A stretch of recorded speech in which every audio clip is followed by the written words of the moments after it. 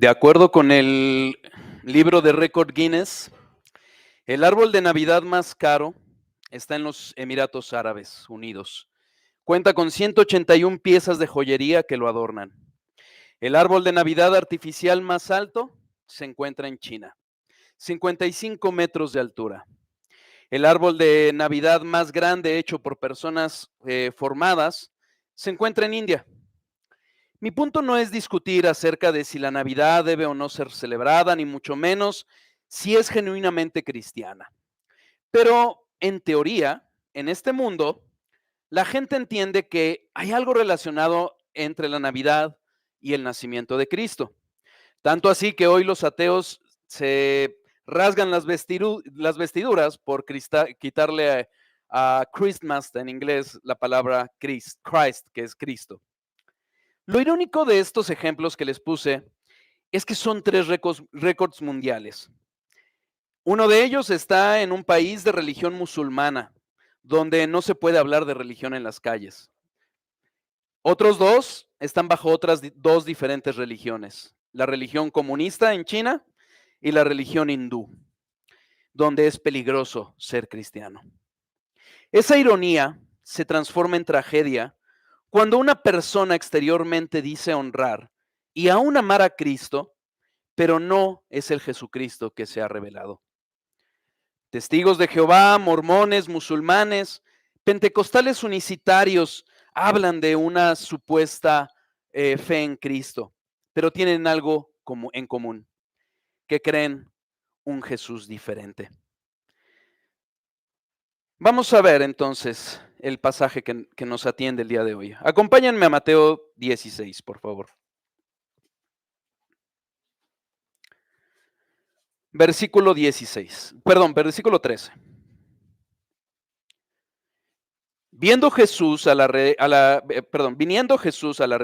región de Cesarea de Filipo, preguntó a sus discípulos diciendo: ¿Quién dicen los hombres que es el Hijo del Hombre? Ellos dijeron: unos Juan el Bautista, otros Elías, y otros Jeremías o alguno de los profetas. Y él les dijo: ¿y vosotros? ¿Quién decís que soy yo?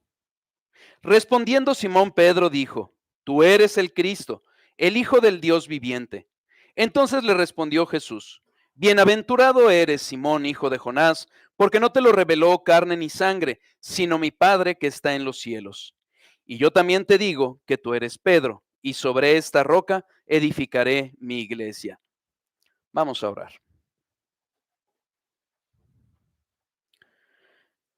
Bendito Padre, te damos gracias porque tú eres bueno, porque eres misericordioso. Te rogamos, Señor, que seas tú abriendo nuestros corazones, nuestras almas a ti, a tu Hijo verdadero, tal cual lo has revelado en tu palabra. Te rogamos que dispongas nuestros corazones a ti, que nos ilumines con tu verdad para que estemos cimentados en la roca firme de la salvación que es nuestro Señor. Ten piedad de nosotros, bendito Cristo. Avívanos y ayúdanos, Señor, a ver esas maravillas tuyas que nos has mostrado en tu palabra. Disponemos este tiempo y nuestros corazones para tu gloria. Te lo pedimos todo en el nombre precioso de nuestro Señor Jesucristo. Amén. El texto que nos ocupa, el texto es un poco más grande, realmente alcanza hasta el versículo 20 y tiene varios temas. La confesión de Pedro y las implicaciones que esa confesión trae. Cómo edifica Cristo a su iglesia, cómo prevalece la iglesia frente a las puertas del Hades y las llaves del reino. Realmente no vamos a poder ver todo, por cuestiones tanto de claridad como de tiempo. Vamos a ver solo la primera y una pequeña pincelada de la segunda. En los tiempos, más bien, desde la creación, desde la caída del hombre hasta los tiempos intertestamentarios, es decir, antes de que llegara nuestro Señor Jesucristo, ya había sido acabado de escribir el Antiguo Testamento, se dio una promesa, Dios nos dio una promesa a la humanidad acerca del Mesías. Hablar de Mesías es hablar de una palabra que no es una propia traducción. Mesías es un hebraísmo, digamos. Es como decir un parquímetro, vamos. Tiene que ver con dónde estacionar el coche, pero realmente es una palabra gringa o inglesa que se mexicanizó, se españolizó. Pero cuando hablamos del Mesías, o en griego Cristo, estamos hablando del ungido. Y bíblicamente, algo que nos está apuntando ello es la designación de Dios para una persona.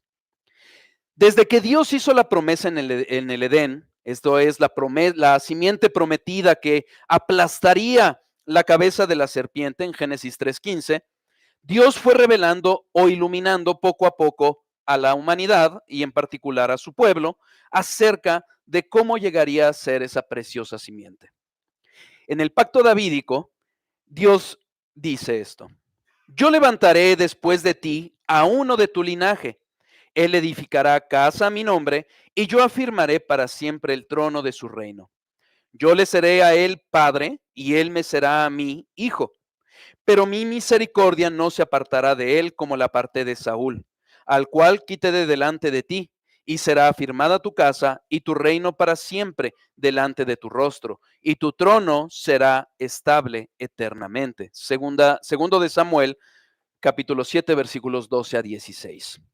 Esta promesa tiene una combinación entre algo que pasaría pronto, algo terrenal, que se fue cumpliendo con Salomón, que sería aquel que se sentaría en ese trono después de David y que construiría el templo.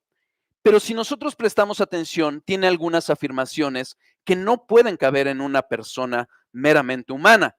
¿Por qué? Porque habla de un trono que va a prevalecer por siempre y eternamente será estable. Esa promesa apunta al Mesías. El pueblo de Israel, habiendo recibido esa promesa que le dio Dios al rey David, su rey, había estado esperando un líder militar y político. Después de David llegaron buenos y malos reyes, más malos que buenos, pero ellos en cada trastapié que tenían estos reyes, estaban esperando la llegada de ese Mesías militar que traería justicia, paz y expandería el reino. Pero Dios había revelado otras cosas acerca de este Mesías. Este Mesías, de acuerdo a Isaías, era un siervo sufriente.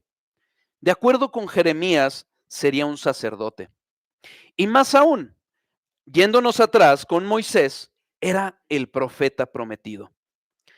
Incluso el profeta Zacarías dice: alégrate mucho, he aquí tu rey vendrá a ti, justo y salvador, humilde y cabalgando sobre un asno, sobre un pollino, hijo de asna. Capítulo 9, versículo 9. En la era intertestamentaria, esta idea acerca del Mesías militar y político, ya que se había terminado de escribir el Antiguo Testamento y antes de la llegada de nuestro Señor Jesucristo, la idea de este líder político y militar se acentuó más y más. Pero ¿qué vemos en este pasaje? Vemos el examen de un maestro a sus alumnos. Acompáñenme al capítulo 13, al versículo 13. Viniendo Jesús a la región de Cesarea de Filipo, preguntó a sus discípulos diciendo: ¿quién dicen los hombres que es el Hijo del Hombre? Nada es casualidad. Dios es soberano y ha dispuesto todas las cosas tal cual acontecen. Este evento que vemos, este pasaje bíblico, encuentra su lugar en una región que se llama Cesarea de Filipo. Y eso no es casualidad. Esta área se encuentra aproximadamente 40 kilómetros al noreste del mar de Galilea y a los pies del monte Hermón. Este lugar no era un lugar tan poblado, no es que estuviera despoblado del todo, pero no era un lugar tan poblado. Y esto le iba a brindar cierta privacidad a nuestro Señor con sus discípulos. Pero algo que tenemos que tener en cuenta es que este lugar era primordialmente gentil y sobre todo pagano. ¿Qué implicaba esto? Que habían altares a demonios, a Baal, a Panea, que es el dios de la naturaleza, obviamente Dios con minúscula, e incluso había un templo al César. Herodes Filipo le llamó Cesarea de Filipo en honor a Tiberio César y a sí mismo. Cesarea de Filipo. Entonces, ¿qué vemos? Idolatría, paganismo. Y es en medio de este lugar que en donde incluso el César, el gobierno es adorado, que Jesús les hace un examen a sus discípulos. La preparación y la primera pregunta del examen. Fíjense, Jesucristo a este momento ya había hecho muchos milagros, había dado enseñanzas, había hecho declaraciones acerca de sí mismo. Jesucristo comenzó orando. En el pasaje paralelo de Lucas se lee que aconteció que mientras Jesús oraba aparte, estaban con él los discípulos. Lucas 9:18. Esto puede parecer contradictorio, porque cómo es que Jesús estaba orando y aparte y estaban con él sus discípulos. Lo que se entiende es que estaba Jesús orando y llegan sus discípulos con él. Pero en ese momento él les pregunta, y el término griego que se usa para preguntar nos da a entender que no es una pregunta cualquiera, es una prueba, es un examen que les hace el maestro a sus discípulos. La pregunta era acerca de una persona. ¿Quién era esta persona? El mismo Señor Jesucristo. Hay algunos manuscritos que nos enseñan que hay una partícula en esta pregunta que se puede traducir como yo o me, y por eso algunas traducciones traducen este versículo 13 como ¿qué dice la gente acerca de mí, el Hijo del Hombre? ¿O quién dice la gente que soy yo, el Hijo del Hombre? Aunque esto no se encuentra en el texto de la Reina Valera, tenemos los pasajes paralelos. Tanto Marcos 8 como Lucas 9 nos presentan que Jesucristo está refiriéndoles a sus discípulos acerca de sí mismo. ¿Quién dicen los hombres o dice la gente que soy yo? Mateo nos presenta que él hace la especificación, el Hijo del Hombre. Recordemos que Mateo fue escrito primordialmente para un auditorio judío, es decir, él tenía muy presente estas promesas mesiánicas y los términos hebreos usados. El contexto que yo les di en un principio acerca del Mesías tiene importancia porque esa es la razón por la cual Jesucristo no dice quiénes dicen las personas que es el Mesías. Él está diciendo quién es el Hijo del Hombre, porque él estaba evitando, se cree, que este título, decir, hablar del Mesías, para quitar la connotación meramente política o militar que estaba en ese tiempo. El término Hijo del Hombre fue usado por Jesús de muchas formas. Fue usado por nuestro Señor Jesucristo como identificación con el ser humano, es decir, en su humillación. Es el Hijo del Hombre quien no tiene dónde recostar la cabeza. Es el Hijo del Hombre que vino a servir y no a ser servido. Es el Hijo del Hombre quien sería levantado como la serpiente de bronce. Está hablando de esa humillación de nuestro Señor. Acompáñenme a Hebreos capítulo 2, versículo 17. Por lo cual debía ser en todo semejante a sus hermanos, para venir a ser misericordioso y fiel sumo sacerdote en lo que a Dios se refiere, para expiar los pecados del pueblo. Es humillación. Esa es una parte de la razón por cual Jesucristo está usando el título Hijo del Hombre. Pero hay otro punto acerca de este título, como identificación con su deidad. Porque él también usó el término Hijo del Hombre como quien puede perdonar pecados. Es el Hijo del Hombre quien a quien despreciaron los judíos. Es el Hijo del Hombre quien moriría y regresaría gloriosamente. Es el Hijo del Hombre a quien Natanael vio y a quien le dijo que vería el cielo abierto y a sus ángeles bajar. Es el Hijo del Hombre a quien Jonás anunció con 3 días y 3 noches en el monstruo marino y su resurrección. Es el Hijo del Hombre a quien el Padre le dio la autoridad para juzgar. Es el Hijo del Hombre quien trae la palabra de Dios y la siembra. Es el Hijo del Hombre en quien se debe de creer para tener vida eterna. Juan cita las palabras de nuestro Señor Jesucristo, quien les pregunta o quien les dijo, de cierto os digo, si no coméis la carne del Hijo del Hombre y bebéis su sangre, no tenéis vida en vosotros. Capítulo 6, versículo 53. Es pues el Hijo del Hombre quien es el dador de vida. Juan 6, 27, si me acompañan, por favor.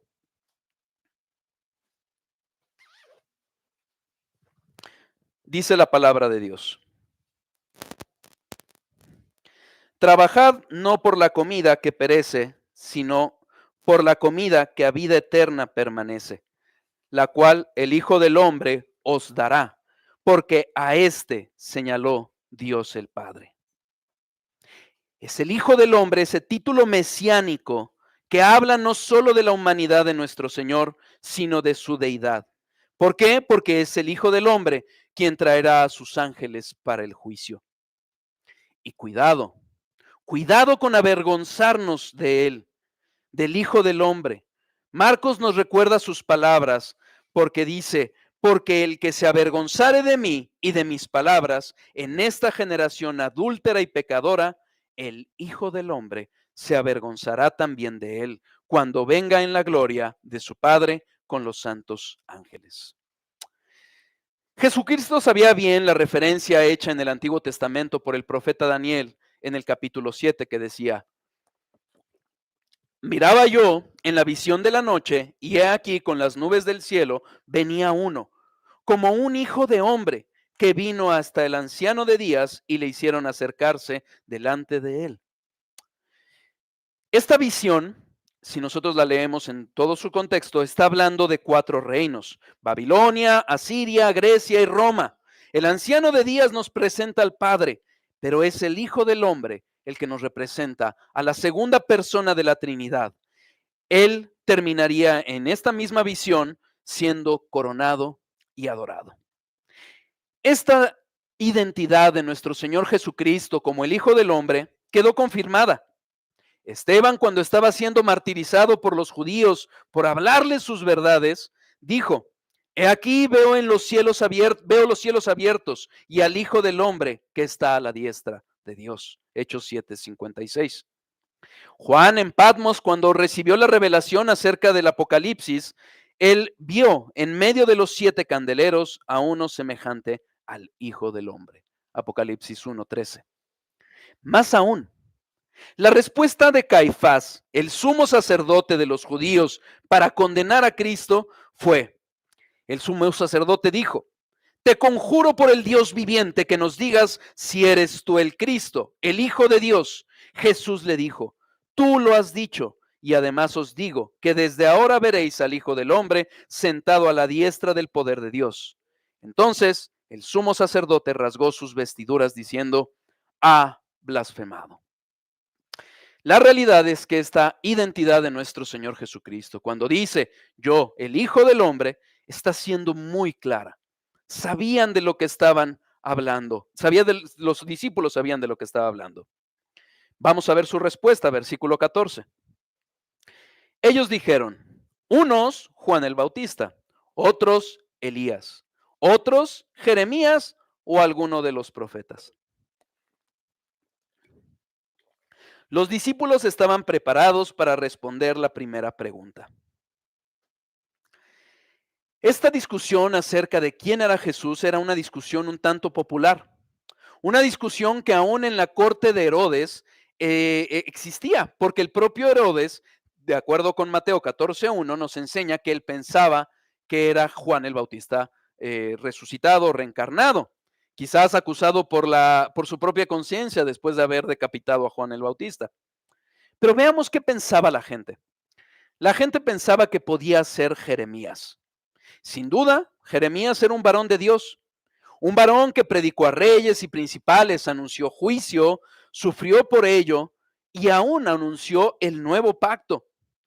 De acuerdo incluso con algunos libros apócrifos, el segundo de Macabeos y el segundo de Esdras, es decir, libros que no son inspirados, aunque algunas iglesias lo digan, nos enseña que había esta creencia de que Jeremías se llevó el arca del pacto, el tabernáculo y el altar del incienso a una cueva donde la escondería y la traería otra vez al pueblo para la llegada del Mesías. Es por eso que quizás algunos llegaron a pensar: quizás es Jeremías. Pero también pensaban que podía ser Elías. También varón valiente que hizo muchos milagros, fue alimentado milagrosamente, decapitó a 450 sacerdotes baales, poderoso en oración para que lloviera después de años de sequía, que trajo fuego del cielo para que fueran acabados algunos soldados que lo querían apresar. Y aún en el profeta Malaquías estaba previsto que Elías llegaría antes del Mesías. Pero tampoco estamos hablando de Elías. ¿Qué hay de Juan el Bautista? Juan el Bautista fue alguien respecto de quien nuestro propio Señor Jesucristo dijo: de cierto os digo, entre los que nacen de mujer no se ha levantado otro mayor que Juan el Bautista. Mateo 11:11. Sin duda, una persona abnegada, valiente, humilde, santo y con un gran celo, que era el precursor del Mesías. Era, por palabras de nuestro Señor Jesucristo, el verdadero Elías esperado, porque vendría antes del Mesías. Estas percepciones acerca de Jesús que se daban en el pueblo respecto a grandes varones del Antiguo Testamento como Jeremías y Elías, o el último gran profeta del Antiguo Pacto, que es Juan el Bautista, no son diferentes a lo que hoy se piensa, nada más que hoy son mucho peores.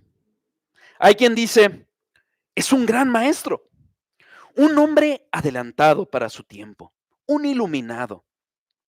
Pero debemos de saber algo: cualquier cosa, persona o ser que no sea Cristo mismo tal cual Él se ha revelado, es una gran ofensa para nuestro Señor Jesucristo. Pero tú, amigo, hermana, ¿quién confiesas que es nuestro Señor Jesucristo? Vamos a la pregunta más importante que debe de hacerse un ser humano. Mateo 16, versículo 15. Él les dijo: ¿y vosotros, quién decís que soy yo? Nuestro Señor Jesucristo en este examen que les estaba haciendo a sus discípulos, los estaba llevando a confesar algo. Y vosotros, es un enfático. Eso es lo que otros dicen, pero ustedes, ¿quién dicen que es Jesucristo? Pero tú, ¿quién dices que es Jesucristo? No importa si otros confiesan quién verdaderamente es Jesús, ya sean tus papás, tu cónyuge, tu pastor, tu iglesia. ¿Qué creemos y qué confesamos cada uno de nosotros que es Jesucristo? Va a determinar la eternidad. No importa qué confesemos con nuestros labios, por cierto. Podemos confesar con nuestros labios el verdadero Cristo. Pero si nuestros pensamientos, afectos, nuestros hechos dicen algo diferente, esa confesión de labios queda en eso. El punto es sumamente trascendente. ¿Por qué? Porque, como les decía, tiene efectos eternos. Acompáñenme a Primera de Juan, capítulo 4, versículo 15.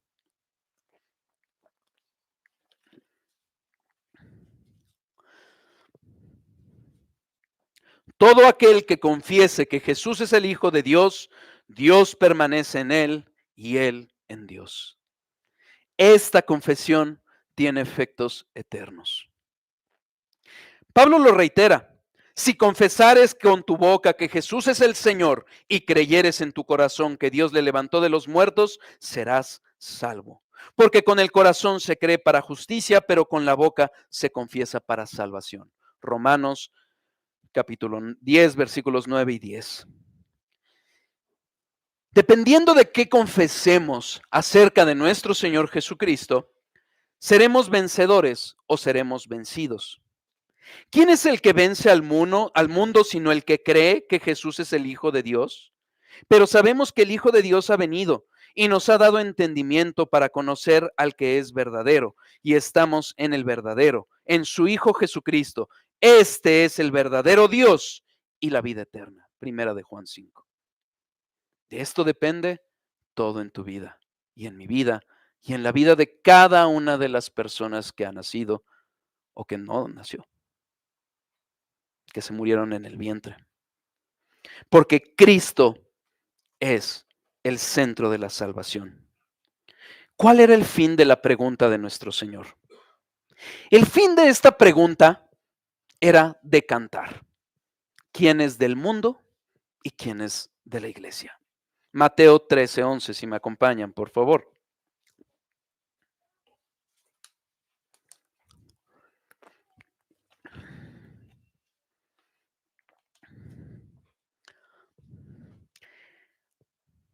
Él respondiendo, les dijo: porque a vosotros os es dado saber los misterios del reino de los cielos, mas a ellos no les es dado. A quien le es dada esta verdad acerca del verdadero Jesús revelado, es del reino. Al resto, no. No puedo dejar de insistir que la respuesta que demos a esta pregunta es personalísima.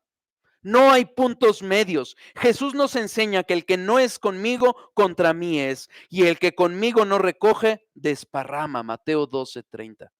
No hay neutralidad. O estamos en Cristo o estamos en el mundo. Todos somos teólogos, aún los ateos. Si nuestra cristología está mal, el resto de lo que entendamos acerca de Dios va a estar mal. Antes que otra cosa, pregúntate, pero tú, ¿quién confiesas que Cristo es? Si no sabes, busca quién o donde se predique lo que Cristo mismo dijo de sí mismo. Es a lo que vamos a ir más adelante. Busca asimilar y clamar aún a Dios para que estas verdades bajen a tu corazón. Aún Juan el Bautista acudió a Jesús para que le solucionara la duda. ¿Eres tú aquel que había de venir? Mateo 11:3. Tengamos cuidado de que en el momento del juicio no vayamos a recibir una pregunta como la que le hizo Jesús a Pilato. ¿Dices tú esto por ti mismo o te lo han dicho otros de mí? Te vuelvo a preguntar, tú amigo, hermano, ¿quién confiesas que es nuestro Señor Jesucristo? Vamos a la confesión de Pedro, versículo 16.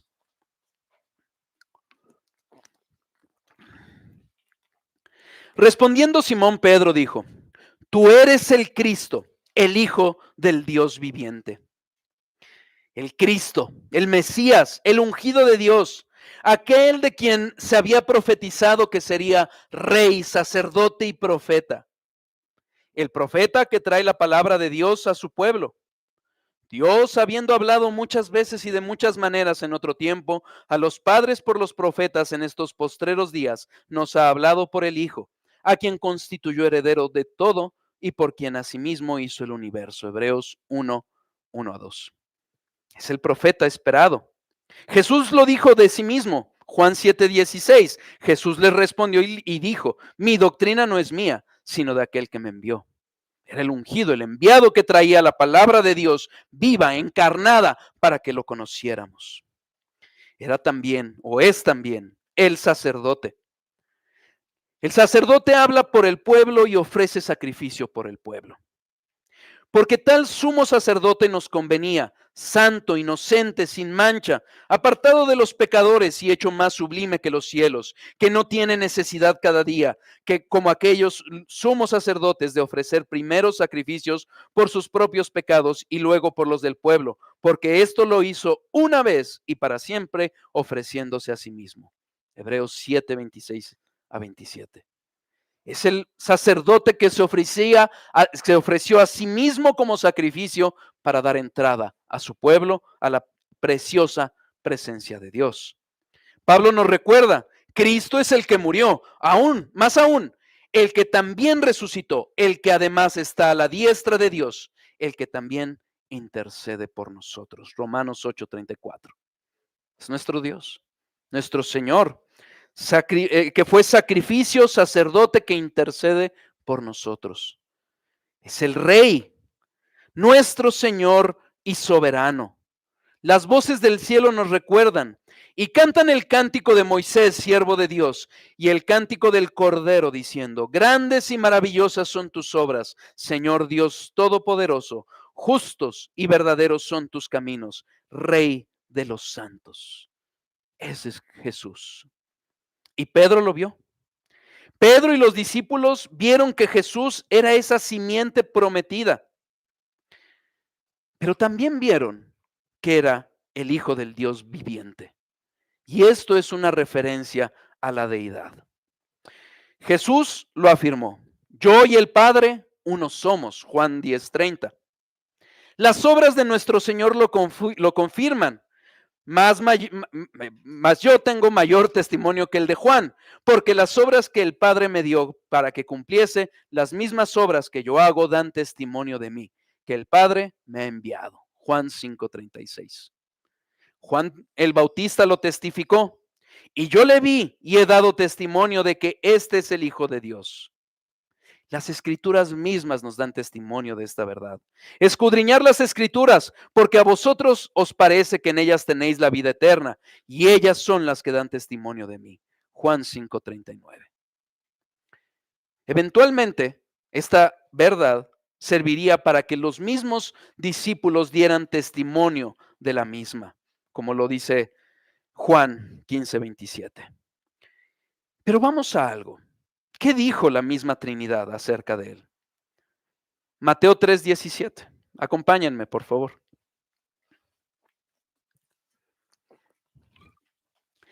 El Padre confirma la deidad. Y hubo una voz de los cielos que decía: este es mi Hijo amado, en quien tengo complacencia. ¿Qué hay del Espíritu? Romanos 1:4. Declarado Hijo de Dios con poder, según el Espíritu de santidad, por la resurrección de entre los muertos. Es Dios mismo encarnado. Verdades que vemos incluso en el Antiguo Testamento.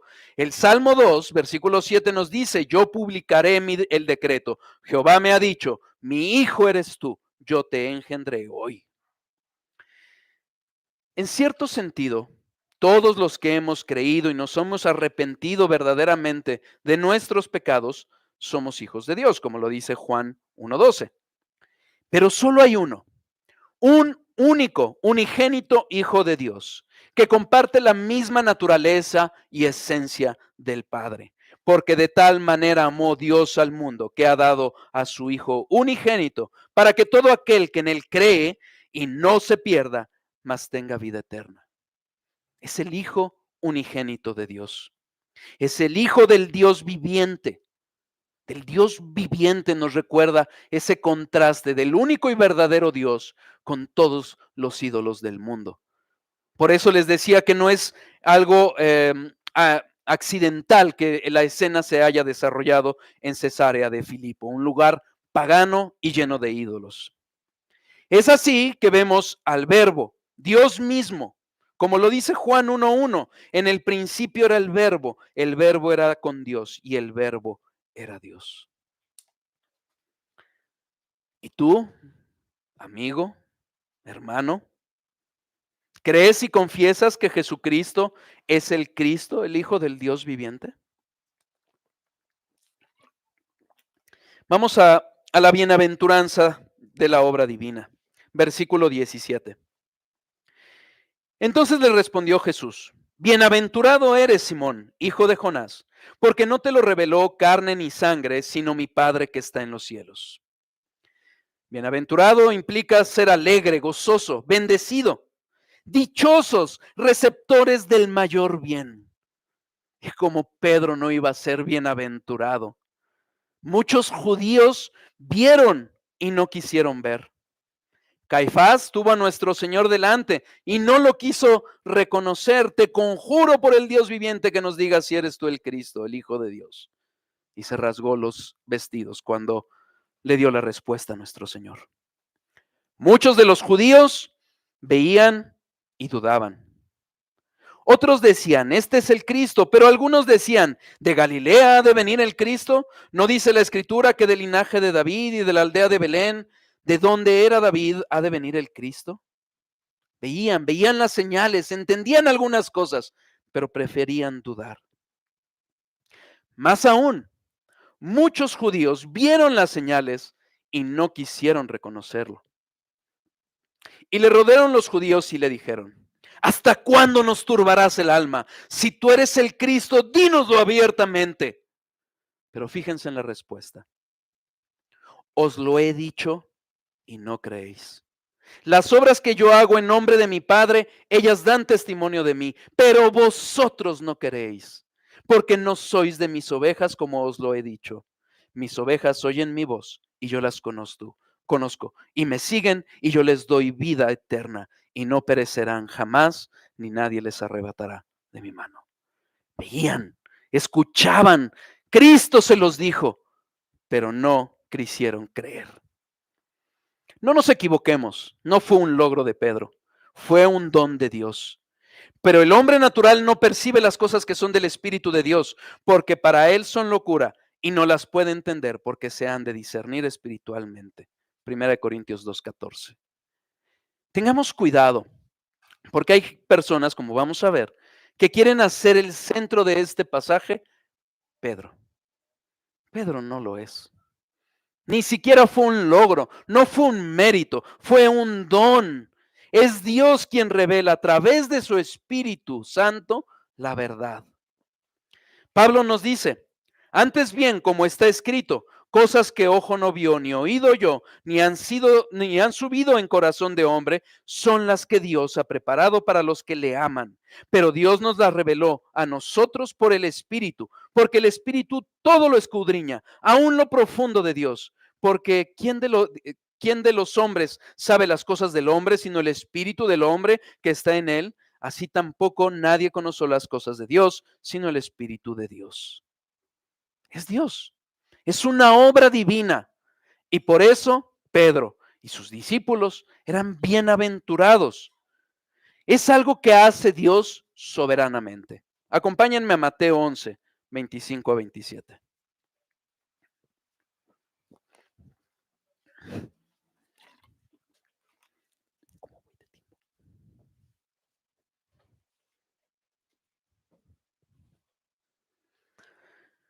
En aquel tiempo respondiendo Jesús dijo, te alabo Padre, Señor del cielo y de la tierra, porque escondiste estas cosas de los sabios y de los entendidos y las revelaste a los niños. Sí, Padre, porque así te agradó. Todas las cosas me fueron entregadas por mi Padre, y nadie conoce al Hijo sino el Padre, ni al Padre conoce a alguno sino el Hijo, y aquel a quien el Hijo lo quiera revelar. Es una obra trinitaria revelándose Dios mismo a su pueblo, a sus elegidos. Eso hace de él y de todos los que confesamos que Cristo es el Señor y el Hijo del Dios viviente, bienaventurados. Con esto, Jesucristo está afirmando que lo que acaba de confesar Pedro es verdad. ¿Por qué? Porque el Dios de verdad, el Dios que no miente, es el mismo Dios que le reveló la verdad. Incluso esa misma verdad fue la causa de ejecución. Juan registra, escribió también Pilato un título que puso sobre la cruz, que decía Jesús Nazareno, Rey de los judíos. Una vez crucificado, resucitado, ascendido y a la diestra del Padre, los discípulos abiertamente publicaron esta verdad. Sepa pues ciertísimamente toda la casa de Israel que a este Jesús a quien vosotros crucificasteis, Dios le ha hecho Señor y Cristo. Hechos 2:36. Sus ojos habían sido abiertos. Antes, Cristo era un mero adjetivo. El Cristo. Quizás en español no es tan claro, pero la realidad es que esto que antes era un adjetivo, ¿quién es el Mesías? ¿Quién es el Cristo? Se convirtió en su nombre propio, Jesucristo. Es Jesús, el Cristo. Las palabras de Jesús hacia Pedro mostraron varias cosas. Su aprobación, lo decía, la veracidad de lo que había dicho, pero también como un maestro que ha llevado a sus discípulos a la verdad, a través de su persona, de su obra, todo ello cumplió un propósito. Ahora ya estaban capacitados. Lo que has oído de mí ante muchos testigos, esto encarga a hombres fieles que sean idóneos para enseñar también a otros. Segunda de Timoteo 2:2. El mensaje tenía que seguir. Sí, hay una obra soberana. Es Dios quien hizo bienaventurado a Pedro y a sus discípulos, pero también hemos de ir nosotros a predicar. Romanos 10 del 14 al 15. ¿Cómo pues invocarán a aquel en el cual no han creído? ¿Y cómo creerán en aquel a quien no han oído? ¿Y cómo oirán sin haber quien les predique? ¿Y cómo predicarán si no fueren enviados? Como está escrito, cuán hermosos son los pies de los que anuncian la paz, de los que anuncian buenas nuevas. Si nosotros no confesamos al verdadero Cristo, ¿cómo pretendemos iluminar a un mundo en tinieblas? Esta bienaventuranza no solo fue para Pedro. No pensamos, no caigamos en el error de pensar que mientras Pedro hace esta gran confesión, los otros discípulos estaban ahí. Oh, ¿en serio era Cristo? No lo sabía. No me había dado cuenta. No. Pedro simplemente siendo impulsivo, naturalmente impulsivo como lo era, se adelantó a confesar lo que todos habían atestiguado. Hoy nosotros tenemos las escrituras. Estas se han escrito para que creáis que Jesús es el Cristo, el Hijo de Dios, y para que creyendo tengáis vida en su nombre. Es importantísimo que cuando nosotros entendamos que estamos hablando de lo que es una bienaventuranza, la mayor de las bendiciones, el reconocer a nuestro Señor, no pasemos por alto la contraposición. Algunos se llaman bienaventurados y para los otros hay ayes, juicio. Juan 3:19, acompáñenme, por favor.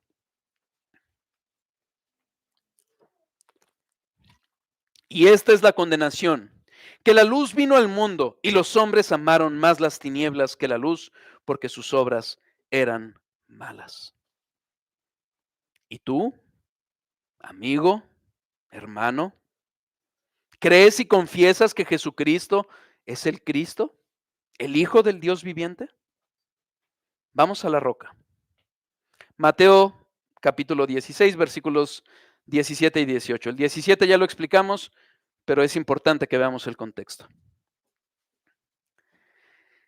Entonces le respondió Jesús: bienaventurado eres, Simón, hijo de Jonás, porque no te lo reveló carne ni sangre, sino mi Padre que está en los cielos. Y yo también te digo que tú eres Pedro, y sobre esta roca edificaré mi iglesia. La piedra y la roca. No olvidemos, todo el pasaje se centra en una persona, en Cristo, no en Pedro. Es la identidad de Jesús de la que estamos hablando. Pedro, en el griego, es Petrus. Simón, hijo de Jonás, es apodado por Cristo Cefas. Cefas y Petrus es lo mismo. Cefas es en arameo, Petrus es en griego. En el griego, el énfasis está en la verdad revelada por el Padre, no en Pedro. Jesús no le está diciendo a Pedro, bien muchacho, lo hiciste muy bien, lo lograste. No, gloria a Dios al Padre que te ha revelado esta verdad. Jesús está haciendo en realidad un juego de palabras, porque cuando habla de Pedro, le dice, tú eres Petrus, piedrita, en esta piedra, en esta roca, Petra, peña, una gran roca monolítica, es en la que se va a fundar la iglesia. Peña, esta roca de la que habla nuestro Señor, es una masa de roca. Es el mismo término que usa nuestro Señor para hablar acerca de si dónde vas a edificar una casa, en la arena o en la petra, no en una roquita, no en una piedra mera, en una peña verdadera. Es en una peña donde se labró la tumba de nuestro Señor, en una petra. Como probablemente saben, este es un punto que es muy discutido a lo largo de los años.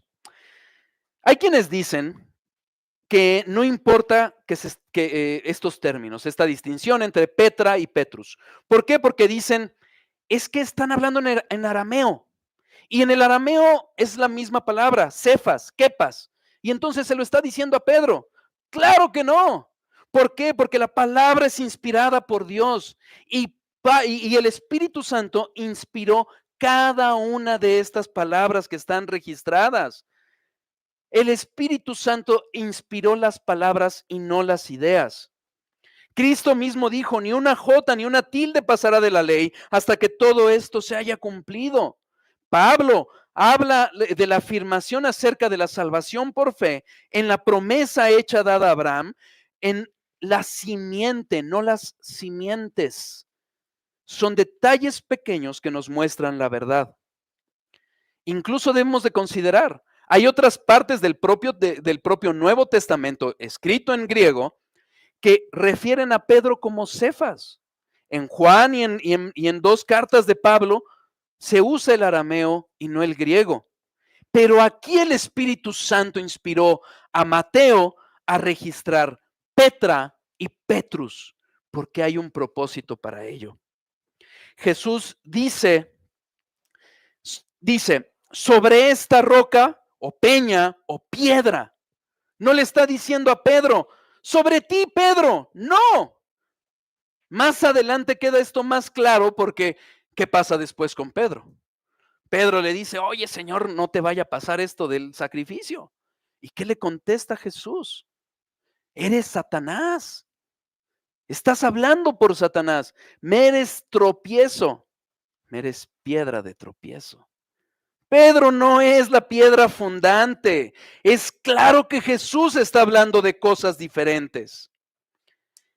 ¿Qué es entonces la Petra, roca o peña? Cuando nosotros hablamos de Dios inmutable, generalmente hay una ilustración que me gusta mucho, que usan varios autores. Imagínate el clásico cuadro que tú ves y está el mar embravecido, las olas saltando, pero hay una roca firme en medio. Mientras el mundo mutable cambia, hay braveza, hay algo firme, que es nuestro Dios. En el Antiguo Testamento, constantemente Dios es la roca. Él es la roca cuya obra es perfecta, Deuteronomio 32:4.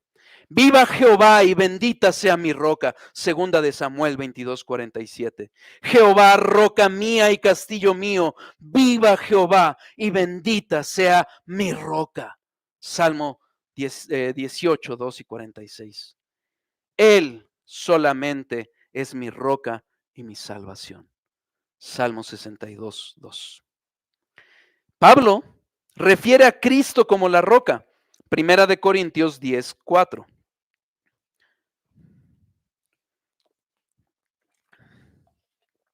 Y todos bebieron la misma bebida espiritual, porque bebían de la roca espiritual que los seguía. Y la roca era Cristo. Refiere a esa roca o peña de la que Moisés sacó el agua, tanto en Refedín como en Cades. Esa roca, Dios mismo sustentando a su pueblo. Un judío nunca hubiera pensado que la roca sería un mero hombre como Pedro. No caigamos en ese error. Jesucristo no le dio la preeminencia a un hombre, ni lo hizo papa. Esto quedó confirmado por el propio Nuevo Testamento. Más adelante vamos a ver que los discípulos se peleaban. Oye, Señor, ¿quién es mayor? ¿Tú o yo? ¿Por qué? Porque ninguno de ellos había entendido que Pedro era el papa. Y Cristo no le puso fin a su discusión diciendo, yo ya lo nombré a él y le vamos a poner su gorrito bonito y todo. No. ¿Por qué? Porque el punto es el servicio en el señorío. Pedro no es la roca.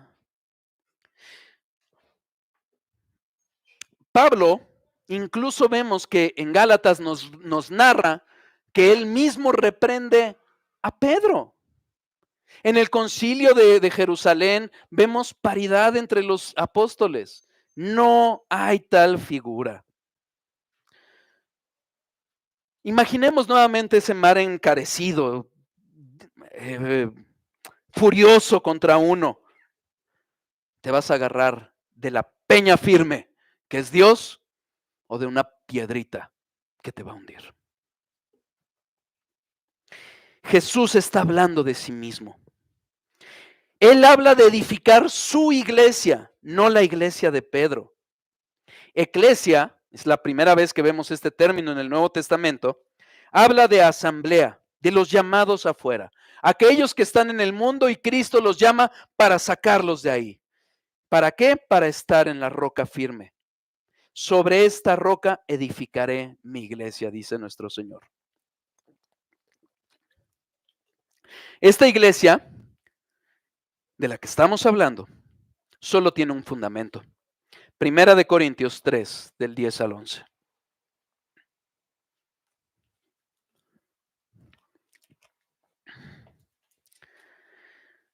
Conforme a la gracia de Dios que me ha sido dada, yo como perito arquitecto puse el fundamento y otro edifica encima, pero cada uno mire cómo sobreedifica, porque nadie puede poner otro fundamento que el que está puesto. ¿Cuál es? Jesucristo. Hago una aclaración. No estamos hablando de dos rocas como algunos romanos quieren defender.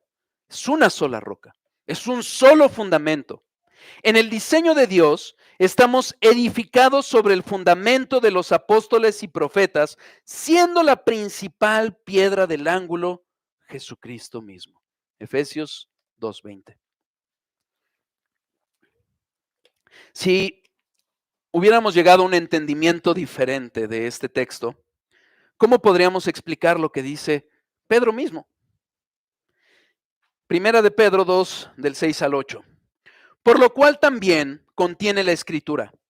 He aquí pongo en Sión la piedra, la principal piedra del ángulo, escogida, preciosa, y el que creyere en él no será avergonzado.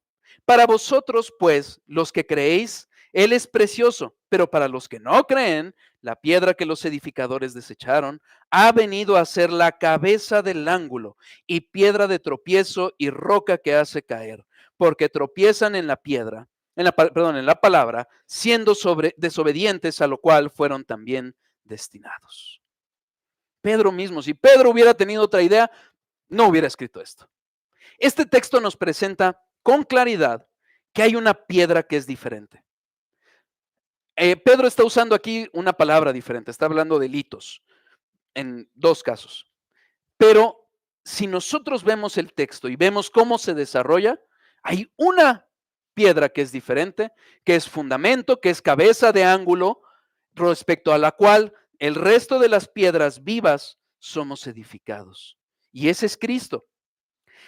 La cabeza del ángulo. Cuando nosotros vemos un ángulo, un arco creado, no hay cemento en la antigüedad. Había una piedra que sostenía todo el ángulo. Y esa es la piedra del ángulo. Pero ojo, la cabeza del ángulo. Pero Pedro no refiere a Cristo solo como la cabeza del ángulo. Dice, es la piedra del ángulo. En las cimentaciones antiguas, hoy ha cambiado según me explicó una arquitecta, había una piedra del ángulo que se ponía hasta abajo y sobre la cual se echaban los cimientos. Es Cristo y el resto de los cimientos, los profetas y los apóstoles. Es Cristo, la piedra, la roca. Todo el enfoque, todo el fundamento es Cristo, la roca de la salvación. Quien confiese esta verdad es parte de la iglesia. Quien no, no lo será, aunque se diga cristiano. ¿Y tú, amigo, hermano, crees y confiesas que Jesucristo es el Cristo, el Hijo del Dios viviente? Vamos a la aplicación.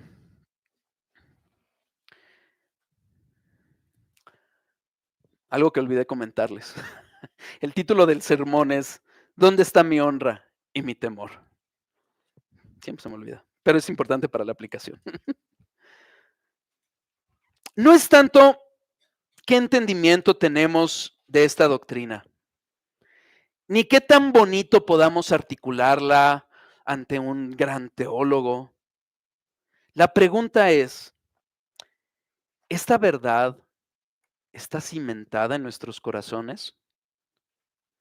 Porque nuestra vida refleja lo que realmente creemos, no lo que decimos creer. Preguntémonos, ¿entendemos y confesamos lo que Cristo dice de sí mismo? ¿Es Dios cuyas palabras deben guiarnos? ¿O tomamos decisiones con lo que siente mi corazón? Con lo que está de moda en las ideologías que se venden como ciencia. ¿Qué guía nuestras decisiones? En tu corazón, de verdad, con tu vida, ¿es Cristo el que solo puede salvarte? ¿O pretendes ganarte méritos con obras, con servicios? ¿Creemos en el corazón esta verdad? ¿Hemos asimilado, nos hemos apropiado de estas verdades? Más aún, ¿vivimos congruentemente con esta verdad? Nuestra vida, nuestros pensamientos, nuestras decisiones reflejan estas verdades. Porque si no, es tiempo de ir a los pies de Cristo, pedir perdón y clamar por ser bienaventurados. ¿Dónde está mi honra y dónde está mi temor? Es el título del sermón. ¿Por qué? Porque lo tomé de Malaquías 1:6. Acompáñenme, por favor.